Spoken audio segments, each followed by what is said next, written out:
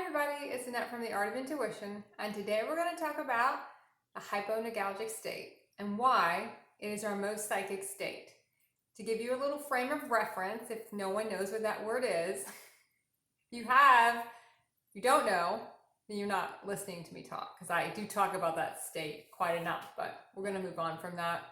Hyponagalgic state is the few moments before we go to sleep at night and a few moments before we wake up in the morning. It is that in-between slumbery state. And it has been labeled by many scientists as the hyponagalgic state. So that is the state we're talking about. That is the time frame we're talking about. Why is it our most psychic states? In the beginning. I'm going to preface that with in the beginning because for me, I noticed it more when I was first starting to wake up to the dream world, first starting to wake up to consciousness. It was where I got my most hits, where I saw the most, where I was interacting more with the characters in the dream state, where I was seeing more of what was going to happen, even though at the time I didn't realize I was really seeing precognitive. That's when that state is so incredible. So if you're having blockage in your dreams, if you want to get more into those types of dreams. God, I'm tripping over my words today. I've been doing it all day too. I don't know why I'm trying to do videos when I can't get it out, but we're just gonna keep rolling because I don't cut these. It's the one take. These are one takes. It is the best state to be in when you're trying to see psychically. And it's all psychic dreaming, but when you're first coming through, it seems more powerful than your other states. Now, there's a reason for this, and we're going to talk a little bit about the reason for this. When you're in that state, you're not quite asleep, you're not quite awake, your frequencies to when you're awake are similar. They're not exact on, because when you're sleeping, halfway in, your frequency is going to be higher because it's not bogged down by the human body in a sense. So your frequency is higher. Your soul frequency, your consciousness can expand out and take a look around. Maybe that's a better way to say it. Your consciousness is gonna travel, okay? Your consciousness travels to different things in your field, and it can see different things at different frequencies. So when you start getting more psychic in other areas of your dream state, you're able to see more frequencies. Your body frequency changes, your sleep state changes, where you have access to more. In your dream state, you start to see a lot more. But when you're first starting out, these are the states people say they get their most hits. And I was no exception to that. So when you're sleeping, and let's say you're awake in this state, you're in that hyponagalgic state, that half asleep, half awake state here, it's very close.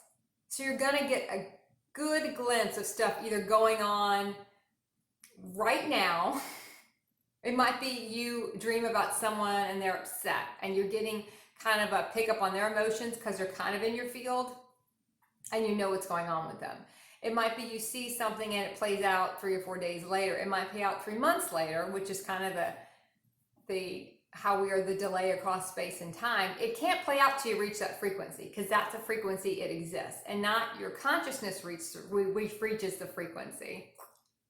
Your body reaches the frequency. Your body has to reach frequency. That's how you anchor in those realities you see. You can see them when you're sleeping because your consciousness can go out and play and look around at all the different frequencies and what's going on. It can shift up to those frequencies. You can expand out to those frequencies.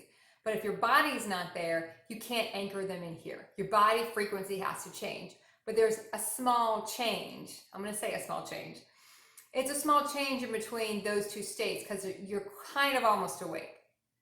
So you're not talking about a massive shift that could take 2 years for you to get there, for you to see some of your longer timelines.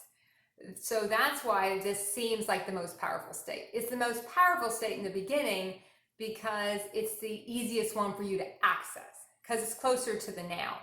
Now, somebody might see something in this state and it could play out almost immediately. Somebody else might see something and it might still take months or a year. It depends on how ingrained you are in your current physical body frequency. If you're really ingrained in the people that are around you, the things you do, you don't want to shift the body in any way until you're kind of forced to shift the body, i.e. relationships in, jobs in, things go a little haywire for our human aspect, it might take a little bit longer. But you'll probably be surprised when you tap this state how quickly these things play out. And if you do sort of get messages from other people, or you start hearing different things going on with people that you probably wouldn't know about, but you're getting them when you sleep, that's because it's so close to your wake frequency. That's why you can get it. And that's also why it feels more impactful, because you can remember it. A lot of times we don't remember that state. It's a little bit tougher for us to remember it when well, let me take that back. That state's easier to remember because it's closer to our frequency. The other dreams people don't remember because they're so far away from that frequency. When you wake up, you forget them. Those dreams don't exist. Those realities only exist in that frequency. As soon as you wake up and your frequency shift, the whole thing goes. That's why people say write them down immediately. But even if you write them down immediately, you can't get the whole thing.